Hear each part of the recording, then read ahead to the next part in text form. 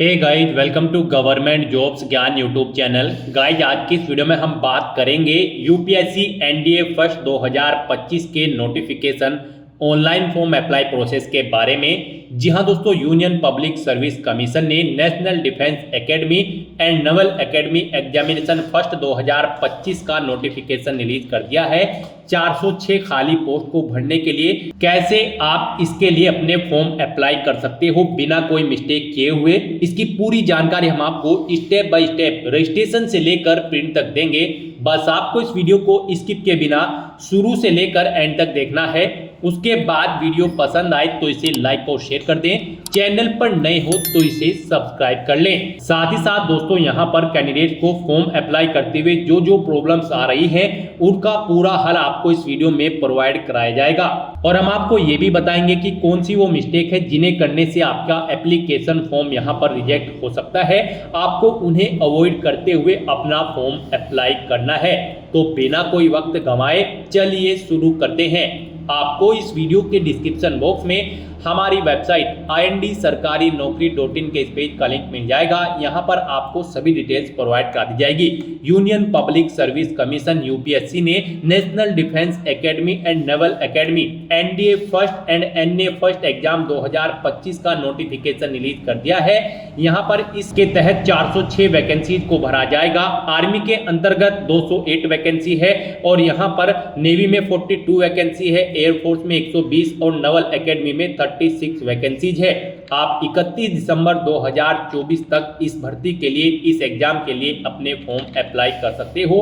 12वीं पास कैंडिडेट या फिर एपियर्ड कैंडिडेट्स यहां पर अप्लाई करने के लिए एलिजिबल है। आयु सीमा आपका जन्म यहां पर 2 जुलाई 2006 से 1 जुलाई 2009 के बीच में होना अनिवार्य है, तभी आप यहां पर अप्लाई कर सकते हो ऑल इंडिया से। आपको इस पेज को नीचे स्क्रॉल डाउन करना है। इंपोर्टेंट लिंक सेक्शन में आकर ऑफिशियल नोटिफिकेशन पीडीएफ लिंक पर क्लिक करके इसके ऑफिशियल नोटिफिकेशन को ओपन कर लेना है और इसमें से आपको पूरी डिटेल रीड कर लेनी है। उसके बाद आपको अप्लाई करना है। अप्लाई के लिए भी आपको हमारी वेबसाइट के इसी पेज पर ही अप्लाई ऑनलाइन का लिंक दिया गया है। जैसे ही आप इस लिंक पर क्लिक करेंगे तो आपके सामने यहाँ पर यूपीएससी का ये ऑफिशियल पोर्टल ओपन हो जाएगा। गाइस, यहाँ पर अगर आपने पहले से अपना रजिस्ट्रेशन कर रखा है तो आपको ईमेल आईडी के थ्रू, मोबाइल नंबर के थ्रू या फिर ओटीआर आईडी के थ्रू लॉगिन करके अपना फॉर्म अप्लाई कर देना है।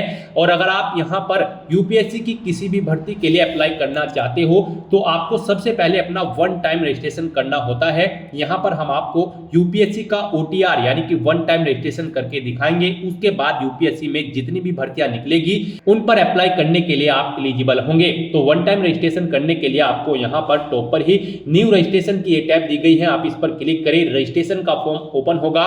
यहाँ पर आकर आपको सबसे पहले अपना नाम एंटर करना है, अपनी 10th की मार्कशीट के अकॉर्डिंग उसे वेरीफाई कर लेना है एक बार फिर से एंटर करके। उसके बाद यहाँ पर आपसे पूछा गया है कि क्या आपने कभी अपना नाम चेंज किया है। अगर किया है तो यस करें और फिर अपना चेंज नेम यहाँ पर दें, और अगर नहीं किया है तो यहाँ पर आप नो ऑप्शन सेलेक्ट कर लें। उसके बाद आप यहाँ पर अपना जेंडर सेलेक्ट करें, उसे वेरीफाई करें। अपनी डेट ऑफ बर्थ यहाँ पर आप सिलेक्ट करें। उसके बाद वही डेट ऑफ बर्थ एक बार फिर से यहाँ पर सिलेक्ट करके उसे वेरीफाई कर ले। फिर यहाँ पर आप अपने फादर का नाम एंटर करें और उसके बाद यहाँ पर आपको अपने फादर का नाम भी वेरीफाई कर लेना है एक बार फिर से एंटर करके। उसके बाद यहाँ पर आपको अपनी मदर का नाम एंटर करना है, उसे भी वेरीफाई कर लेना है। फिर आपको यहाँ पर अपना माइनॉरिटी स्टेटस देना है, क्या आप माइनॉरिटी कम्युनिटी के अंतर्गत आते हैं। अगर आते हैं तो यस करें और फिर अपनी माइनॉरिटी ऑप्शन कैटेगरी सिलेक्ट करें, आप कौन सी कैटेगरी में आते हैं। और नहीं आते हैं तो यहाँ पर आपको नो ऑप्शन सिलेक्ट कर लेना है। उसके बाद यहाँ पर आपको अपना 10 डिजिट का मोबाइल नंबर एंटर करना है, अपनी ईमेल आईडी एंटर करनी है। कोई अल्टरनेट मोबाइल नंबर या ईमेल आईडी है तो उसे भी आप एंटर कर सकते हो, नहीं तो इन कॉलम्स को आप खाली छोड़ दें। उसके बाद यहाँ पर आपको अपनी 10वीं क्लास का रोल नंबर एंटर कर देना है। फिर आपसे यहाँ पर एक सिक्योरिटी क्वेश्चन आपको सिलेक्ट कर लेना है। अपनी चॉइस के अकॉर्डिंग कोई भी सिक्योरिटी क्वेश्चन सिलेक्ट करें, उसका आंसर दे। एक और क्वेश्चन आप सिलेक्ट करें यहाँ पर सिक्योरिटी क्वेश्चन 2 सेक्शन में, और उसका भी आंसर आप प्रोवाइड करा दें। उसके बाद यहाँ पर आप ये कैप्चा कोड एंटर करें और फिर सबमिट बटन पर क्लिक कर दें। नेक्स्ट आपको आपने पीछे रजिस्ट्रेशन में जो डिटेल्स प्रोवाइड कराई हैं उनका पूरा प्रीव्यू शो कर दिया गया है। आपको सभी डिटेल्स चेकआउट करनी है। कहीं पर कोई मिस्टेक है तो आप अपडेट/चेंज हियर ऑप्शन पर क्लिक करके चेंज कर ले, नहीं है तो आप आई एग्री इस बटन पर क्लिक कर दें। उसके बाद आपके सामने कुछ इस तरह से इंटरफेस ओपन होगा। यहाँ पर आपके रजिस्टर्ड रजिस्टर्ड मोबाइल नंबर और ईमेल आईडी पर ओटीपी सबमिट किए गए हैं वो ओटीपी यहां पर आपको एंटर करने हैं और वेरीफाई ओटीपी ऑप्शन पर क्लिक करके अपना मोबाइल नंबर और ईमेल आईडी को वेरीफाई कर लेना है। ओटीपी वेरीफाई करने के बाद आपके रजिस्ट्रेशन का फर्स्ट स्टेप यहां पर कंप्लीट हो चुका है। आपको सभी डिटेल्स प्रोवाइड करा दी गई है। आपको इसका एक प्रिंट आउट ले लेना है फ्यूचर यूज के लिए या फिर इसे नोट डाउन करके रख लेना है। साथ ही साथ आपको एक OTR आईडी प्रोवाइड कराई गई है। ये OTR आईडी और एक पासवर्ड आपको आपकी रजिस्टर्ड मेल आईडी पर भी सबमिट किए गए हैं और ये OTR आईडी आपके रजिस्टर्ड मोबाइल नंबर पर भी सबमिट की गई है। आपको इन्हें केयरफुली नोट डाउन करके रख लेना है फ्यूचर यूज के लिए। इस स्टेप को कंप्लीट करने के बाद आपको दोबारा से यहाँ पर लॉगिन की स्टेप पर क्लिक करना है। उसके बाद आपके सामने यहाँ पर लॉगिन का इंटरफेस ओपन होगा। गाइस यहाँ पर आप OTR आईडी के थ्रू लॉगिन कर सकते हैं या फिर मोबाइल नंबर के थ्रू या फिर ईमेल आईडी के थ्रू। ईमेल आईडी के थ्रू अगर आप लॉगिन करना चाहते हैं तो यहां पर आप अपनी ईमेल आईडी एंटर करें। उसके बाद गेट ओटीपी ऑप्शन पर क्लिक करें। आपकी ईमेल आईडी पर एक ओटीपी आएगा, वो ओटीपी आप यहां पर एंटर करें या फिर आप अपना पासवर्ड एंटर करें। जो पासवर्ड आपकी रजिस्टर्ड ईमेल आईडी पर आया है ये सिक्योरिटी कोड यानी कि वेरिफिकेशन कोड आप यहां पर एंटर करें और लॉगिन की स्टेप पर क्लिक करके लॉगिन करें या फिर आप मोबाइल नंबर के थ्रू यहां पर लॉगिन कर सकते हैं। आप अपना मोबाइल नंबर एंटर करें, गेट ओटीपी ऑप्शन पर क्लिक करें, एक ओटीपी आएगा, वो ओटीपी आप यहां पर एंटर करें और या फिर आप अपना पासवर्ड एंटर करके ये वेरिफिकेशन कोड यहां पर एंटर करके लॉगिन कर लें। या फिर अगर आप OTR आईडी के थ्रू लॉगिन करना चाहते हैं तो आपके मोबाइल नंबर या फिर ईमेल आईडी पर जो OTR आईडी आई है वो आईडी यहां पर आप एंटर करें और फिर आप अपना पासवर्ड यहां पर एंटर करें जो आपकी मेल आईडी पर आपका पासवर्ड आया है और उसके बाद ये वेरिफिकेशन कोड यहां पर एंटर करें और लॉगिन की स्टेप पर क्लिक करके लॉगिन कर लें। लॉगिन करने के बाद आपके सामने कुछ इस तरह से इंटरफेस ओपन होगा। यहां पर अगर आप कुछ चेंज करना चाहते हैं अपने रजिस्ट्रेशन में जैसे कि अपने जेंडर में तो क्लिक टू चेंज जेंडर इस ऑप्शन पर क्लिक करें और अपना जेंडर चेंज कर ले। और अगर आप अपने माइनॉरिटी स्टेटस में चेंज आउट करना चाहते हैं तो क्लिक टू चेंज ऑप्शन पर क्लिक करके इसमें भी आप चेंज कर सकते हैं। नहीं तो यहां पर अब आपको अपना नया पासवर्ड क्रिएट करना है। यहां पर गाइड अब आपको अपना नया पासवर्ड क्रिएट करना है। इसके लिए आपको गाइडलाइन दी गई है। आपका पासवर्ड कम से कम 8 कैरेक्टर का होना चाहिए और ये अल्फा न्यूमेरिक फॉर्मेट में होना चाहिए। मींस आपके पासवर्ड में कम से कम एक अपर केस कैरेक्टर, एक लोअर केस कैरेक्टर, एक इंटीजर नंबर और एक स्पेशल कैरेक्टर जैसे कि @ या फिर डॉलर होना चाहिए। वही पासवर्ड आपको यहां पर एक बार फिर से एंटर करके कंफर्म कर लेना है। हम आपको पासवर्ड का सैंपल दिखा रहे हैं, इसके अकॉर्डिंग आपको अपना पासवर्ड क्रिएट करना है। तो आपका अपना पासवर्ड कुछ इस फॉर्मेट में रेडी करना है। इसमें आपका एक अपर केस कैरेक्टर, एक लोअर केस कैरेक्टर, एक इंटीजर नंबर और एक स्पेशल कैरेक्टर होना चाहिए और इसकी लेंथ कम से कम 8 कैरेक्टर की होनी चाहिए। तो इस फॉर्मेट में आपको अपना पासवर्ड यहां पर क्रिएट करना है। उसके बाद आपको सबमिट बटन पर क्लिक कर देना है। सबमिट बटन पर क्लिक करने के बाद आप अपने डैशबोर्ड से लॉग आउट करें और फिर अब यहां पर आप इनमें से ईमेल आईडी, मोबाइल नंबर या फिर OTR आईडी के थ्रू अपने डैशबोर्ड में दोबारा से लॉगिन करें। अपने नए पासवर्ड को एंटर करने के बाद यहां पर आप अपनी OTR आईडी एंटर करें, अपना नया पासवर्ड एंटर करें जो आपने चेंज किया है, ये वेरिफिकेशन कोड यहां पर एंटर करें और लॉगिन बटन पर क्लिक करके लॉगिन कर लें। नेक्स्ट आपके सामने कुछ इस तरह से इंटरफेस ओपन होगा। गाइस यहां पर हम आपको UPSC का OTR वन टाइम रजिस्ट्रेशन करके दिखा रहे हैं। इसे कंप्लीट करने के बाद आप UPSC में निकलने वाली सभी भर्तियों पर अप्लाई करने के लिए एलिजिबल हो जाएंगे। सभी भर्तियों पर अप्लाई करने से पहले आपको ऐसे ही OTR करना पड़ता है, बिना इसके आप UPSC की किसी भी भर्ती के लिए अप्लाई नहीं कर पाओगे। तो यहां पर आने के बाद आपको अपने डैशबोर्ड में अपनी OTR की प्रोफाइल को कंप्लीट करना है। सबसे पहले यहां पर आपको अपनी पर्सनल इंफॉर्मेशन प्रोवाइड करानी है। तो आप यहां पर पर्सनल इंफॉर्मेशन के इस लिंक पर क्लिक करें। उसके बाद आपके सामने कुछ इस तरह से इंटरफेस ओपन होगा। यहां पर आपको आपकी कुछ चीजें ऑटोमेटिकली फिल मिल गई है जो आपने रजिस्ट्रेशन के फर्स्ट स्टेप में प्रोवाइड कराई थी। आपको इस पेज को नीचे स्क्रॉल डाउन करना है और यहां पर सबसे पहले अब आपको अपनी सिटीजनशिप सेलेक्ट कर लेनी है। फिर आपको अपनी मातृभाषा यहां पर सिलेक्ट कर लेनी है। उसके बाद यहां पर आपको अपना मैरिटल स्टेटस सिलेक्ट कर लेना है, आप मैरिड हो या फिर अनमैरिड। प्लेस ऑफ बर्थ आप यहां पर एंटर सेलेक्ट करें, आप इंडिया से है या फिर आउटसाइड ऑफ इंडिया से। उसके बाद यहाँ पर आप अपना पोस्ट ऑफिस का नाम एंटर करें, सिटी या टाउन या फिर विलेज का नाम एंटर करें, अपना स्टेट यहाँ पर आप सिलेक्ट करें, उसके बाद आप अपना डिस्ट्रिक्ट यहाँ पर सिलेक्ट करें, फिर आप अपना पिन कोड यहाँ पर एंटर कर दें। उसके बाद यहाँ पर आपको अपनी कम्युनिटी सिलेक्ट कर लेनी है, आप जिस भी कम्युनिटी से बिलोंग करते हैं।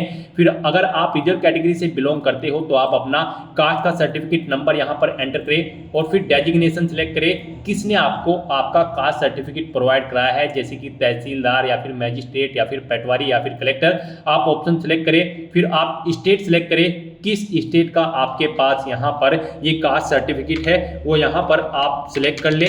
उसके बाद यहाँ पर कब आपको वो इशू हुआ है वो डेट आप सिलेक्ट करें और फिर जिस ऑफिस से आपको ये आपका कास्ट सर्टिफिकेट इशू हुआ है उसका पूरा एड्रेस आपको यहाँ पर एंटर कर देना है। ये सभी डिटेल्स आपको आपके सर्टिफिकेट में मिल जाएगी, वहां से आपको इन्हें देखकर यहाँ पर फिलअप कर देना है। फिर यहाँ पर आपको अपना रिलीजन सिलेक्ट कर लेना है, उसके बाद यहाँ पर आपको अपनी कास्ट का नाम दे देना है, फिर आपको अपने कास्ट सर्टिफिकेट का सीरियल नंबर यहाँ पर एंटर कर देना है। फिर यहाँ पर आपको अपने कास्ट सर्टिफिकेट का सीरियल नंबर एंटर कर देना है। उसके बाद यहाँ पर आपसे पूछा गया है कि क्या आप पीडब्ल्यूबीडी या फिर पीडब्ल्यूडी कैंडिडेट हैं, अगर हैं तो यस ऑप्शन सिलेक्ट करें और फिर बताएं आपकी परसेंटेज क्या यहाँ पर 40% से अबव है, अगर है तो यस करें, नहीं है तो नो ऑप्शन सिलेक्ट करें। और अगर आप यहाँ पर पीडब्ल्यूबीडी या फिर पीडब्ल्यूडी कैंडिडेट नहीं है तो आपको नो ऑप्शन सिलेक्ट करना है।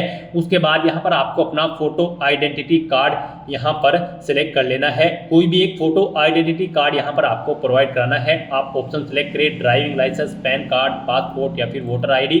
उसके बाद उसका नंबर आप यहाँ पर एंटर कर दें। फिर यहाँ पर आपसे पूछा गया कि क्या आप पीएच या फिर पीडब्ल्यूबीडी कैंडिडेट हैं और यहाँ पर आप यूपीएससी के पहले के किसी एग्जाम में पार्टिसिपेट कर चुके हैं, अगर कर चुके हैं तो यस करें और फिर उसकी डिटेल दें, उस जैसे कि एग्जाम का नेम, उसका ईयर और अपना रोल नंबर आप यहाँ पर प्रोवाइड कराएं। और अगर आपने यूपीएससी के किसी भी एग्जाम में अब से पहले पार्टिसिपेट नहीं किया है तो यहाँ पर आपको नो ऑप्शन सिलेक्ट करना है। उसके बाद यहाँ पर आपसे पूछा गया है कि क्या आप अपनी पर्सनल इंफॉर्मेशन को यहाँ पर अवेलेबल कराना चाहते हैं, तो यहाँ पर आपको यस ऑप्शन सिलेक्ट कर लेना है।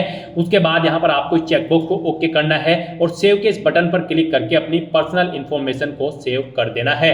इस तरह से आपकी पर्सनल इंफॉर्मेशन यहाँ पर सेव हो जाएगी। इसके सामने आपको ओके का ग्रीन कलर का टिक मिल जाएगा। अब यहाँ पर आपको अपना एड्रेस इंफॉर्मेशन प्रोवाइड करानी है। एड्रेस इंफॉर्मेशन के इस लिंक पर क्लिक करें, उसके बाद आपके सामने कुछ इस तरह से इंटरफेस ओपन होगा। अब यहाँ पर आप अपना कोरोस्पोंडेंस एड्रेस एंटर करें, उसके बाद आप अपना परमानेंट एड्रेस यहाँ पर एंटर कर दें। और अगर आपका परमानेंट एड्रेस आपके कोरोस्पोंडेंस एड्रेस के अकॉर्डिंग सेम है तो यहाँ पर click here if your permanent postal address is same as correspondence address, आप इस चेकबॉक्स पर ओके कर दें। ऑटोमेटिकली आपका परमानेंट एड्रेस आपके कोरोस्पोंडेंस एड्रेस के अकॉर्डिंग फिल हो जाएगा। उसके बाद आप सेव के इस बटन पर क्लिक करके अपनी एड्रेस की इंफॉर्मेशन को आप सेव कर दें। एड्रेस की इंफॉर्मेशन प्रोवाइड कराने के बाद आपको अपना फोटो और सिग्नेचर अपलोड करने हैं, तो आप फोटो एंड साइन अपलोड इस लिंक पर क्लिक करें। आपके सामने कुछ इस तरह से इंटरफेस शो होगा। यहाँ पर आपको दी गई गाइडलाइंस के अकॉर्डिंग अपना फोटो और सिग्नेचर अपलोड करने हैं। गाइस, यहाँ पर आपका फोटोग्राफ जेपीजी फॉर्मेट में होना चाहिए और आपका फोटो का डायमेंशन 550 पिक्सल से 1000 पिक्सल के बीच में होना चाहिए और आपका फोटो यहाँ पर कुछ इस तरह से होना चाहिए। उसके नीचे यहाँ पर आपको अपना नाम एंटर करना है और फिर किस डेट को यहाँ पर क्रिएट हुआ है वो डेट आपको यहाँ पर एंटर कर देनी है। यहाँ पर आपके फोटो का बैकग्राउंड व्हाइट कलर में होना चाहिए और ये 10 दिन से ओल्ड नहीं होना चाहिए। मींस जिस दिन आप फॉर्म भर रहे हैं उससे 10 दिन से ज्यादा पुराना फोटो आपका नहीं होना चाहिए। तो यहाँ पर आपको चूज फाइल बटन पर क्लिक करना है, फाइल को सिलेक्ट कर लेना है और अपना फोटो यहाँ पर आपको अपलोड कर देना है। अपना फोटो सिलेक्ट करने के बाद आपको चेकबॉक्स को ओके करना है और फिर आपको सेव बटन पर क्लिक कर देना है। और अगर आपका फोटो यहाँ पर बड़ा या छोटा है, आप उसे रिसाइज करना चाहते हैं, तो यहाँ पर आप क्लिक हियर के इस लिंक पर क्लिक करें। यहाँ पर आपको पूरी गाइडलाइन दी गई है कैसे आप अपना फोटो यहाँ पर रिसाइज कर सकते हैं। यहाँ पर आपको अपने कंप्यूटर में MS पेंट ओपन कर लेना है, उसमें अपना फोटो इंपोर्ट कर लेना है और इन इंस्ट्रक्शंस को फॉलो करते हुए आपको अपना फोटो यहाँ पर रिसाइज कर लेना है। आप अपना फोटो इन इंस्ट्रक्शंस को फॉलो करते हुए रिसाइज कर सकते हैं, उसे बड़ा या छोटा आप कर सकते हैं। अपना फोटो इस तरह से अपलोड करने के बाद अब आपको सिग्नेचर की स्टेप पर क्लिक करना है और अपने सिग्नेचर भी आपको यहाँ पर गाइडलाइन के अकॉर्डिंग ही अपलोड करने हैं। आपके सिग्नेचर भी जेपीजी फॉर्मेट में होने चाहिए। डायमेंशन इनकी 350 पिक्सल से 550 पिक्सल के बीच में होनी चाहिए और इनका साइज 20 से 300 KB के बीच में होना चाहिए। तो यहाँ पर अब आपको अपने सिग्नेचर अपलोड करने हैं। इसके लिए भी आपको चूज फाइल बटन पर क्लिक करना है, फाइल को सिलेक्ट कर लेना है और अपने सिग्नेचर्स को यहाँ पर आपको अपलोड कर देना है। सिग्नेचर की फाइल सिलेक्ट करने के बाद आपको इस चेकबॉक्स को ओके करना है और सेव के इस बटन पर क्लिक करके अपने सिग्नेचर को भी अपलोड कर देना है। अपने फोटो और सिग्नेचर अपलोड करने के बाद अब आपको एजुकेशनल इंफॉर्मेशन इस लिंक पर क्लिक करना है और यहाँ पर अपनी एजुकेशनल क्वालिफिकेशन की डिटेल प्रोवाइड करानी है। यहाँ पर सबसे पहले आपको अपनी 10वीं क्लास की डिटेल प्रोवाइड करानी है। तो यहाँ पर आपको सबसे पहले अपनी 10वीं क्लास की डिटेल प्रोवाइड करानी है। यहाँ पर आप अपनी क्लास या डिवीजन बताएं या फिर ग्रेड जो भी आपने 10वीं क्लास में ऑब्टेन की है। जैसे कि अगर आपने फर्स्ट डिवीजन ऑब्टेन की है तो यहाँ पर फर्स्ट एंटर करें। उसके बाद आपने कितने परसेंट मार्क्स ऑब्टेन किए हैं वो यहाँ पर आप एंटर करें। सीजीपीए में स्कोर है तो यहाँ पर आप अपना सीजीपीए दें, कितने में से कितने आपका सीजीपीए है। उसके बाद पासिंग ऑफ ईयर आप प्रोवाइड कराएं, कब आपने अपना 10वीं का एग्जाम पास आउट किया है, कौन कौन से सब्जेक्ट थे यहाँ पर आप एंटर करें। यहाँ पर आपको अपने सभी सब्जेक्ट्स के नाम एंटर कर देने हैं बिना कोई स्पेशल कैरेक्टर यूज किए हुए, जैसे कि कोमा वगैरह आपको यहाँ पर नहीं लगाना है। और अपने सभी सब्जेक्ट्स का नाम यहाँ पर आपको स्पेस देकर एंटर कर देना है। उसके बाद यहाँ पर आपको स्कूल का नाम देना है जिससे आपने अपनी 10वीं क्लास पास आउट की है। फिर बोर्ड या यूनिवर्सिटी का नाम देना है जिससे आपने अपनी 10वीं क्लास पास आउट की है। उसके बाद आपको सेव के इस बटन पर क्लिक करके अपनी ये सभी डिटेल सेव कर देनी है। 10th क्लास की डिटेल प्रोवाइड कराने के बाद आपको अपनी 12th क्लास की डिटेल यहाँ पर प्रोवाइड करानी है।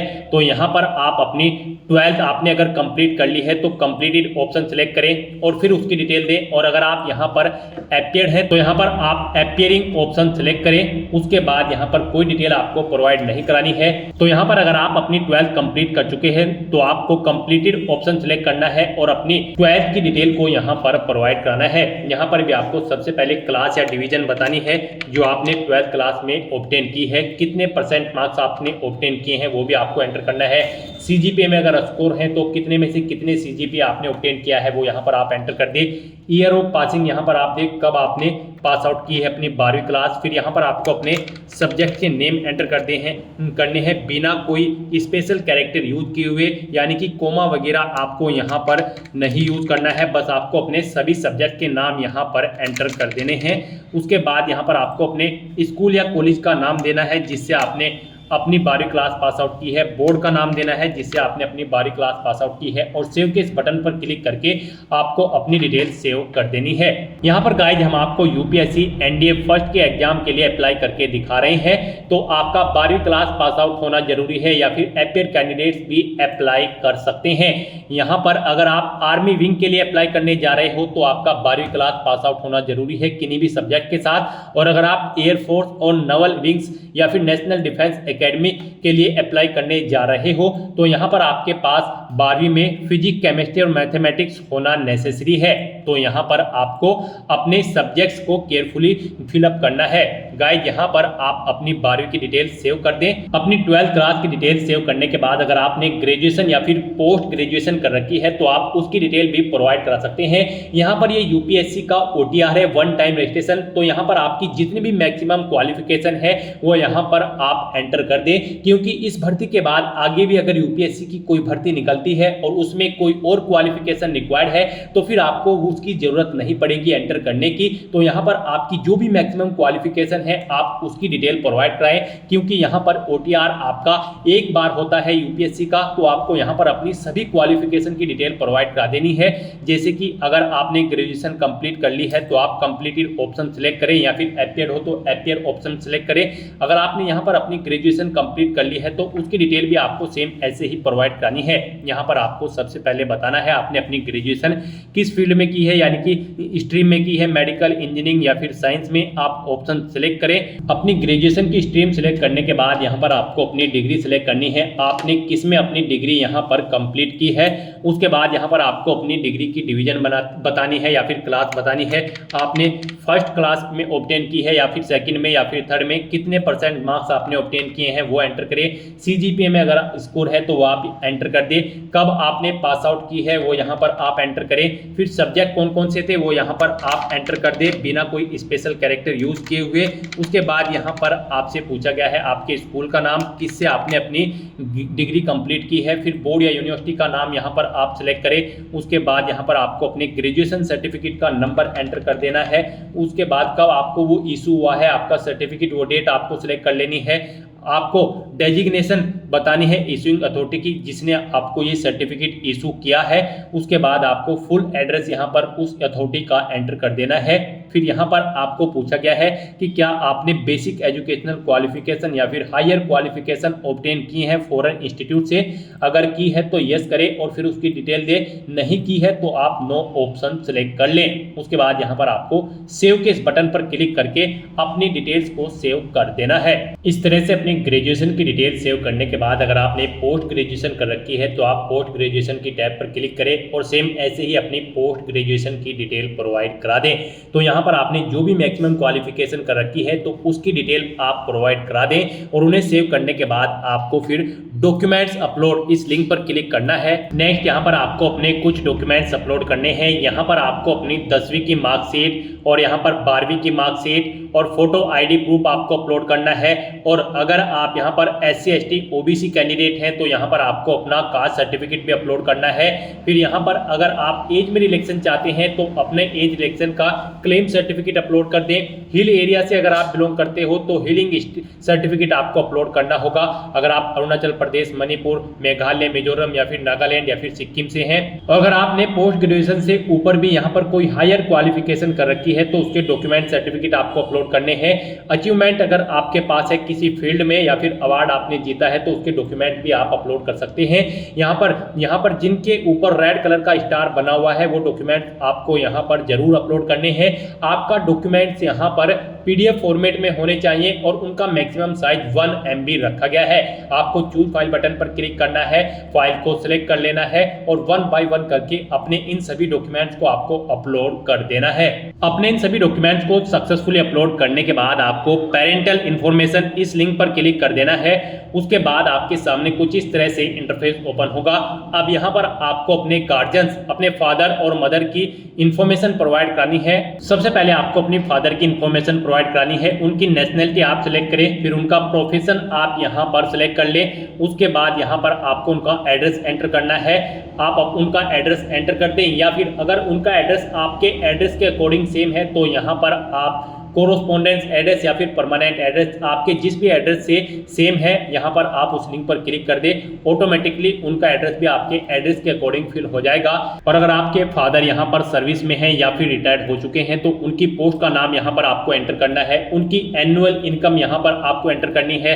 फिर यहाँ पर वो कौन से स्टेट से बिलोंग करते हैं वो स्टेट आपको सेलेक्ट कर लेना है, डिस्ट्रिक्ट सेलेक्ट कर लेना है उनका। और इस तरह से अपनी डिटेल्स फिल करने के बाद आपको सेव बटन पर क्लिक करके अपने फादर की डिटेल को सेव कर देना है। और उसके बाद आपको मदर इन्फॉर्मेशन इस टैब पर क्लिक करके अपनी मदर की इन्फॉर्मेशन भी सेम ऐसे ही यहाँ पर आपको प्रोवाइड करानी है। मदर की इन्फॉर्मेशन में भी आपको सबसे पहले अपनी मदर की नेशनलिटी सेलेक्ट कर लेनी है, उनका प्रोफेशन आपको सेलेक्ट कर लेना है और उनका एड्रेस भी आप यहाँ पर एंटर कर सकते हो। नहीं तो यहाँ पर आप कोरोस्पोंडेंस या फिर परमानेंट एड्रेस या फिर फादर एड्रेस ऑप्शन सेलेक्ट करके इन्हीं का एड्रेस यहाँ पर फिल हो जाएगा जिस भी लिंक पर आप क्लिक करेंगे। उसके बाद अगर वो यहाँ पर कार्यरत है यानी कि सर्विस करती हैं या फिर रिटायर्ड हो चुकी है तो उनकी पोस्ट का नाम यहाँ पर आप एंटर कर दें। उनकी एनुअल इनकम कितनी है वो यहाँ पर आप एंटर कर दें, नहीं है तो आप नॉट एप्लीकेबल यहाँ पर एंटर कर सकते हैं। और अगर एनुअल इनकम नहीं है तो यहाँ पर आप 0 एंटर कर सकते हैं। उसके बाद आपकी माता किस स्टेट से बिलोंग करती है यहाँ पर आप उस स्टेट का नाम सेलेक्ट करें। उसके बाद डिस्ट्रिक्ट सेलेक्ट करें और फिर उनकी ये डिटेल सेव के इस बटन पर क्लिक करके सेव कर दें। नेक्स्ट यहाँ पर आपको अपनी एम्प्लॉयमेंट इन्फॉर्मेशन प्रोवाइड करानी है। आपको एम्प्लॉयमेंट इन्फॉर्मेशन के इस लिंक पर क्लिक करना है। उसके बाद आपके सामने कुछ इस तरह से इंटरफेस ओपन होगा। यहाँ पर आपसे पूछा गया है आप सेंट्रल गवर्नमेंट के एम्प्लॉय हैं या फिर स्टेट गवर्नमेंट में आपने सर्विस की है या फिर PSU में या फिर किसी प्राइवेट सेक्टर में या फिर किसी अदर में, आप ऑप्शन सेलेक्ट करें और फिर उसकी डिटेल दें। और अगर आप एम्प्लॉय नहीं है आपको यहाँ पर नॉट एम्प्लॉयड ऑप्शन सेलेक्ट करना है और फिर आपको यहाँ पर नो ऑप्शन सेलेक्ट करने हैं और सेव बटन पर क्लिक कर देना है। इस तरह से आपकी एम्प्लॉयमेंट इन्फॉर्मेशन यहाँ पर सेव हो जाएगी। उसके बाद आपको यूपीएससी एग्जामिनेशन इन्फॉर्मेशन इस लिंक पर क्लिक करना है। उसके बाद आपके सामने कुछ इस तरह से इंटरफेस ओपन होगा। यहाँ पर आपसे पूछा गया है कि क्या आपको यूपीएससी ने कभी एग्जाम में बैठने से रोका है, अगर रोका है तो यस करें और फिर उसकी डिटेल दे, नहीं रोका है तो यहाँ पर आप नो ऑप्शन सेलेक्ट कर ले। फिर आपसे पूछा गया है कि क्या आप यूपीएससी के प्रीवियस ईयर के एग्जामिनेशन में भी पार्टिसिपेट किए हैं, अगर किए हैं तो यस करें और फिर उसकी डिटेल दे, नहीं किए हैं तो आप नो ऑप्शन सेलेक्ट कर ले। और फिर आपसे पूछा गया है कि लास्ट के कुछ ईयर में आपने सिविल सर्विस एग्जामिनेशन में पार्टिसिपेट किया है और आपको सर्विस या फिर पोस्ट ऑफर्ड हुई है, अगर हुई है तो यस करें और उसकी डिटेल दे, नहीं हुई है तो आपको नो ऑप्शन सेलेक्ट कर लेना है।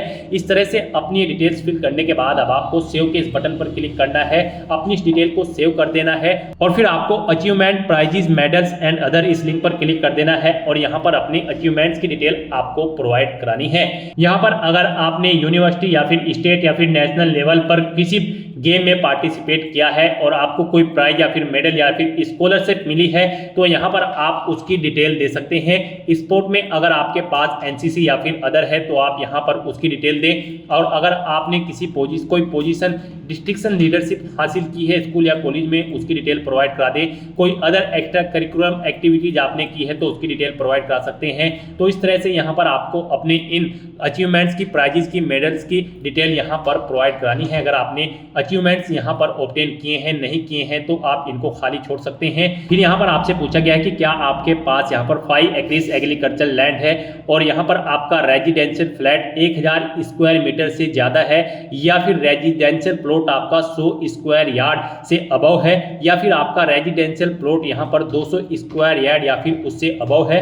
अगर इनमें से कोई भी ऑप्शन है तो आप यस ऑप्शन सेलेक्ट करें, नहीं तो नो ऑप्शन सेलेक्ट करें। फिर यहाँ पर आपको अपनी लैंग्वेज की डिटेल प्रोवाइड करानी है। कौन कौन सी लैंग्वेज आप जानते हैं, जैसे कि हिंदी, और उसे आप रीड, राइट, स्पीक और जो भी जानते हैं यहाँ पर आप ऑप्शन सेलेक्ट करें और फिर एग्जामिनेशन आपने कौन सा पास आउट किया है वो एग्जामिनेशन आप यहाँ पर एंटर कर दें। इस तरह से यहाँ पर आपको अपनी लैंग्वेज की डिटेल प्रोवाइड करनी है। अगर आप एक से ज़्यादा लैंग्वेज जानते हैं तो यहाँ पर ऐड के इस बटन पर क्लिक करें, फिर यहाँ पर आप अपनी दूसरी लैंग्वेज सेलेक्ट करें और उसकी डिटेल दें। इस तरह से अपनी लैंग्वेज की डिटेल आपको यहाँ पर प्रोवाइड करनी है और फिर आपको सेव के इस बटन पर क्लिक करके अपनी ये डिटेल सेव कर देनी है। इस तरह से आपके वन टाइम रजिस्ट्रेशन की प्रोफाइल आपकी कंप्लीट हो जाएगी। यहाँ पर इन सभी ऑप्शन के सामने आपको ग्रीन कलर का ओके का टिक मिल जाएगा। तो यहाँ पर आपकी ओटीआर की प्रोफाइल कंप्लीट हो चुकी है। गाइस, यहाँ पर ओटीआर कंप्लीट करने के बाद आपको यूपीएससी की भर्तियों के लिए अप्लाई करना है। उसके लिए आपको लेटेस्ट नोटिफिकेशन की स्टेप पर क्लिक करना है। फिर यहाँ पर करंट में जो भी यूपीएससी की भर्तियां चल रही होंगी उसकी लिस्ट यहाँ पर आपको दे दी जाएगी।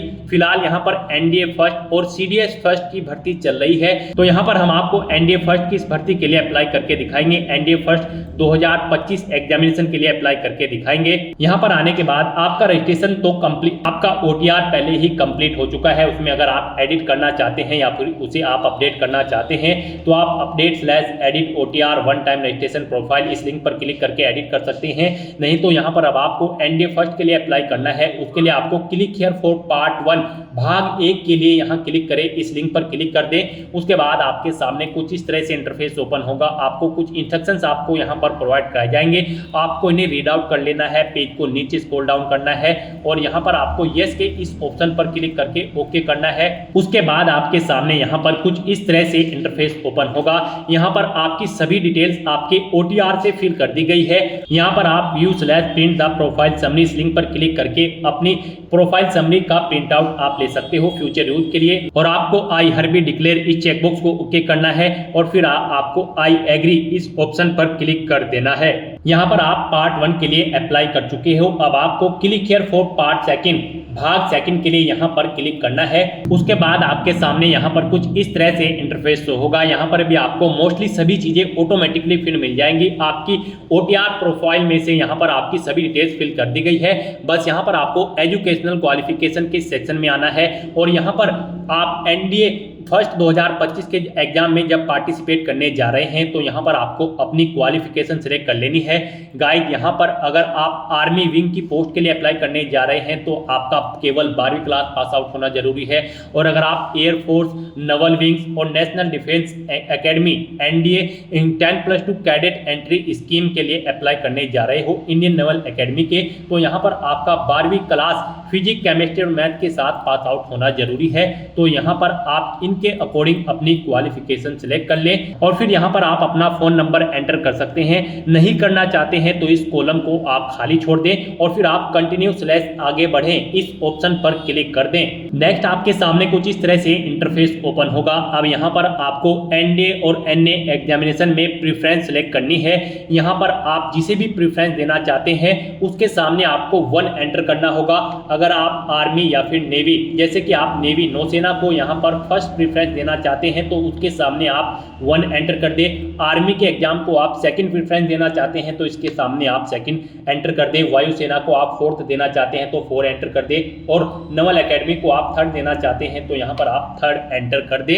इस तरह से आपको अपनी प्रेफरेंस यहाँ पर एंटर कर देनी है। आप जिसे भी यहाँ पर प्रेफरेंस देना चाहते हैं उसके सामने आप 1 2 3 4 करके अपनी प्रेफरेंस सेट कर सकते हैं एग्जाम्स की।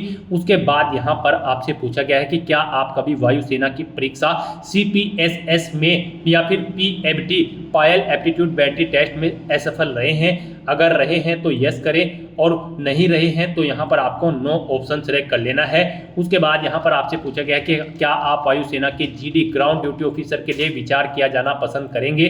अगर करेंगे तो यस करें, नहीं तो नो ऑप्शन सेलेक्ट करें। फिर आपसे पूछा गया है कि क्या आप सैनिक मिलिट्री स्कूल के विद्यार्थी हैं। अगर हैं तो यस करें, नहीं है तो नो ऑप्शन सेलेक्ट करें। फिर आपसे पूछा गया है क्या आप JCO NCO अन्य रैंक के अधिकारियों के वार्ड हैं और सैनिक मिलिट्री स्कूल के विद्यार्थी हैं। अगर हैं तो यस करें, नहीं है तो नो ऑप्शन सेलेक्ट करें। इन सभी डिटेल्स को फिल करने के बाद आपको कंटिन्यू स्लैश आगे बढ़े इस ऑप्शन पर क्लिक कर देना है। कंटिन्यू के ऑप्शन पर क्लिक करने के बाद आपके सामने आपके एप्लीकेशन फॉर्म का पूरा प्रीव्यू शो कर दिया जाएगा।